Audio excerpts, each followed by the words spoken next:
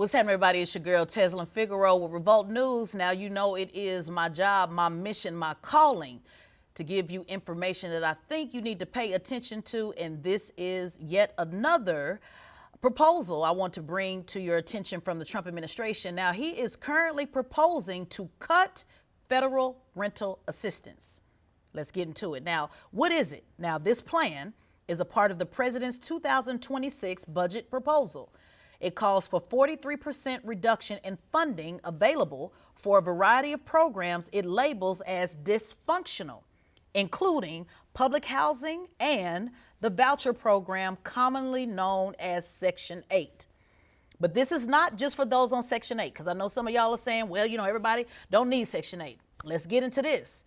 This would also merge what's commonly known as Section 8 and public housing funds, project-based rental assistance, housing for older people, and housing for persons with disabilities in a single state rental assistance block grant. It would slash over 43%. Let me break that down because you didn't hear me the first time.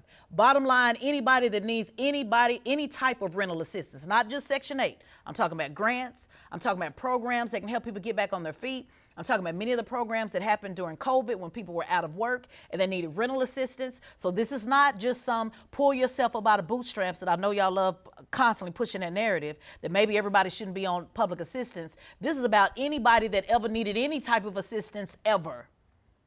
Now, maybe y'all don't need assistance. Maybe you focus on line dancing and you say it don't bother you, your boots on the ground. But this is for those that have ever had any type of situation, especially to our disability community, that needs some type of assistance. I want to draw your attention to this.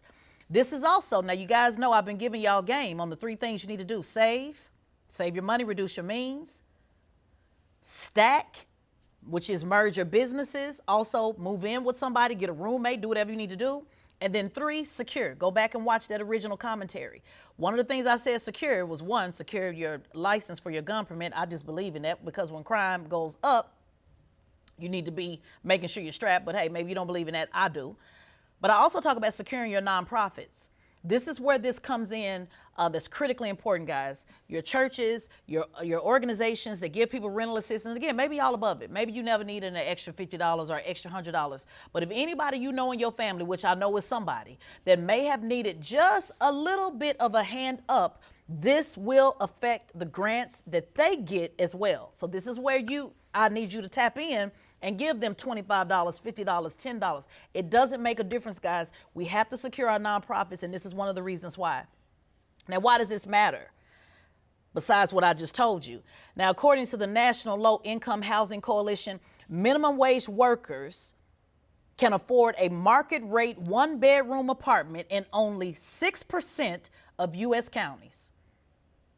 Did y'all hear what I said? I said the average minimum wage worker can only afford a 1-bedroom in 6% of U.S. counties when working 40 hours a week. So for those of you that say pull yourself up by the bootstraps, if they're working 40 hours a week and they're doing the absolute best that they can, why is it that only 6% they can afford housing in 6% of the country? There's no county, I'm going to say it again, no county where this same worker who works minimum wage 40 hours a week can afford a 2-bedroom. Maybe y'all didn't hear that. I said there's no county where somebody working 40 hours a week can afford a 2-bedroom. So that means that this is critically important. Now, the proposal is requesting that able-bodied adults only receive 2 years of rental assistance. Now, I don't know about you, but for those of y'all that say do for self and run your own business, I've been running mine for 18 years. I've only been profitable, even somewhat comfortable, for 5 of those 18 years. So you tell me, how many people have you that you know personally or even in your life where your life has changed drastically in 2 years? Just think about it. You don't complete high school in 2 years. You don't complete middle school in 2 years. You don't complete college in 2 years.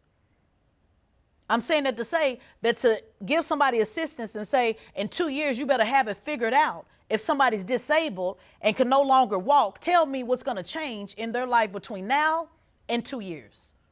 Now, again, that's real easy for you to say if you haven't ever found yourself in need. But this is critically important because this is not about just paying people's rent forever. This is about people actually having an opportunity to change their life around. Why can't you ignore this? Now, this is for 2026. Last time I checked, we're in 2025. It takes no time for this to actually become a real thing, even though it is a proposal. I know many of you that like to put your head in the sand. It's just a proposal. Don't worry about it. Well, proposals turn into promises. Let me say it one more time. Proposals turn into campaign promises. So you can better believe that the Republicans who are running on these types of proposals want to make it a promise. So this is where you need to pay attention, like I keep telling you repeatedly, to pay attention to your local and state government. Because one of the things that they are proposing with this is giving the power back to the states. That's where you hear people say, let's leave the power to the states.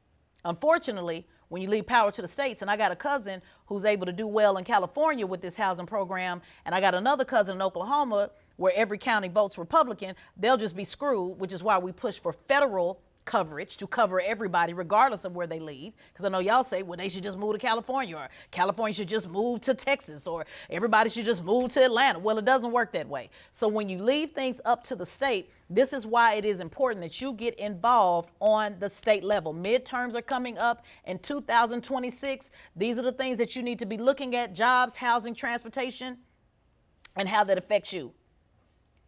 Now, I'm just going to name a couple of states on who this is really impacting. New York, for example, will be stripped of $3.1 billion of critical housing support.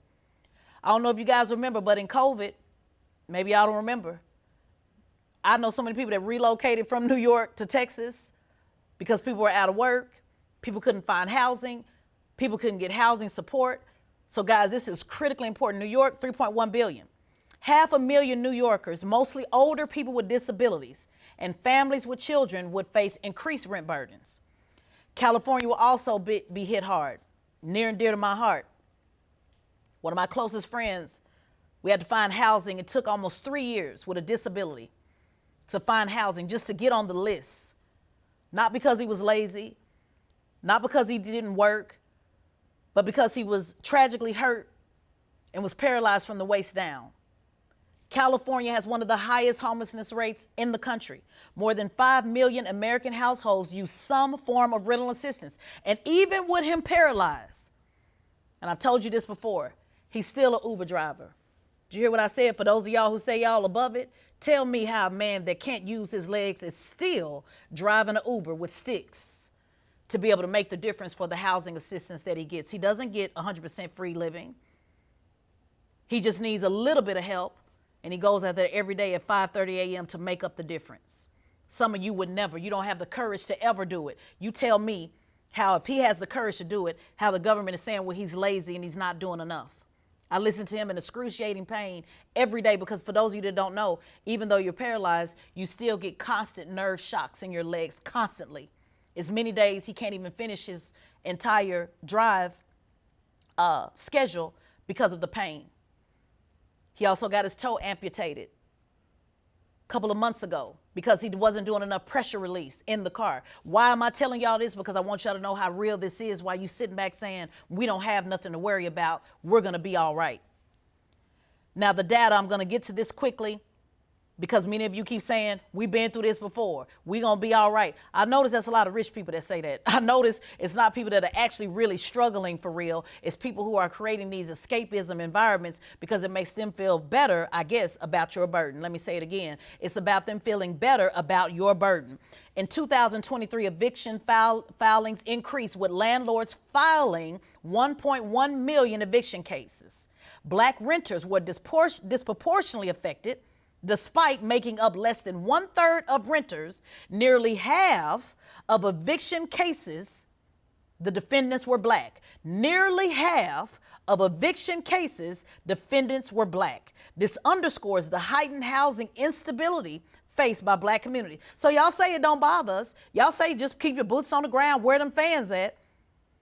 And I ain't mad at you guys. I know, I get it. I know we need to decompress, but I want you to pay attention because somebody's cousin gonna be coming to lay on your couch. And before you get in the comments and say, Black Trumpers, where you at with this? They support these policies, guys, so you're wasting your time asking them where. They actually support these policies. Instead of asking them where are they, let me ask where are you? And I'm saying that to those who are nonpartisan, Democrat, Republican, independent, conservative, whatever it is, where are you in this moment? What do we do next? Well, you can line dance or you can push a line. I talk about it constantly in my training politics until something happens. Shameless plug for myself. Enroll in the training so you can actually know how to push the line on the local level. You can decide if you're going to be about you or you're going to be about your neighbor. You can say it's every man for himself or show a little bit of concern for somebody else other than you. So guys, these are the things that I need you to take to pay close attention to. Course 4 out of course 5 of the training that I'm doing is called Standing on Business, meaning read the fine print. A couple other tips I want to give you before I get out of here. If you are on a housing program right now, you better stay on that housing program. Don't get thrown off that program out there playing games, moving in somebody, not reporting your earnings, sitting up trying to be slick. This ain't the time, guys. They're going to be looking at it with a fine-tooth comb. If you get put off the housing program now, I highly doubt you will get put back in. This is critically important, guys. Call that cousin, that friend, that brother, that sister. Tell them to read the fine print. They will catch you on things like you didn't report your earnings this month. Get off the program. They will catch you on things like, is your cousin living there? Get off the program. You better stay on that program. I'm not saying that to say stay lazy and don't try to get no better. So miss me with that. What I'm trying to say is don't get caught up. Don't get lost in the sauce. Don't allow people to put you off something that you need and then you run around and say the man set you up. Read the fine print. Pay attention. Make sure that you have the things you need to do to survive, save, stack, and secure. It's your girl, Tezlyn Figaro. I'm going to ride with you all the way, family. I'm not above it. I'm not a poor woman, but I'm also not rich. I don't even know if I'm barely middle class, y'all. Middle class, to be honest with you. Some years I have it, some years I don't. But I've most certainly been one that didn't have it, and I know what it means. So I'm riding with you until the wheels fall off. Like I always say, guys, use it, lose it, can't make you choose it. Hope you choose some of this information that I'm dropping in your life. Peace.